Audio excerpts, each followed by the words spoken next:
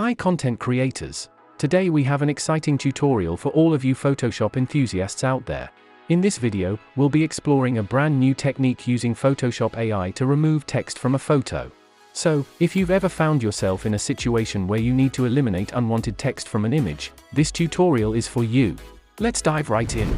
To begin, make sure you have installed the Photoshop beta version on your computer, because the new AI feature can only be accessed in the beta version. Getting Photoshop beta is easy. You can go to Adobe's website and install it on your PC. Once you have Photoshop ready, open an image in Photoshop. And these annoying texts appear. But fear not.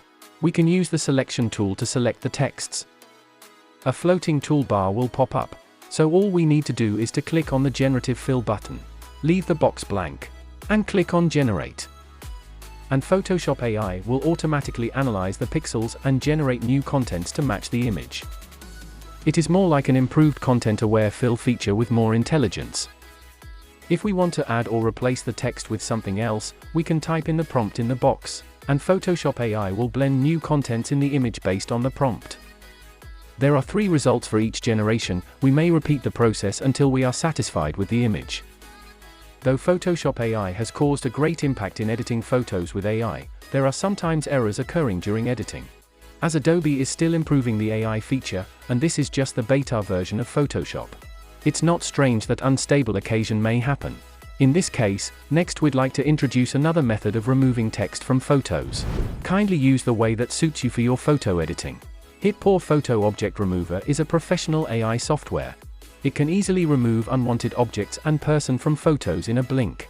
It is stable and easy for all users. We can go to the official website and install the software. There it is. The first thing is to import some photos.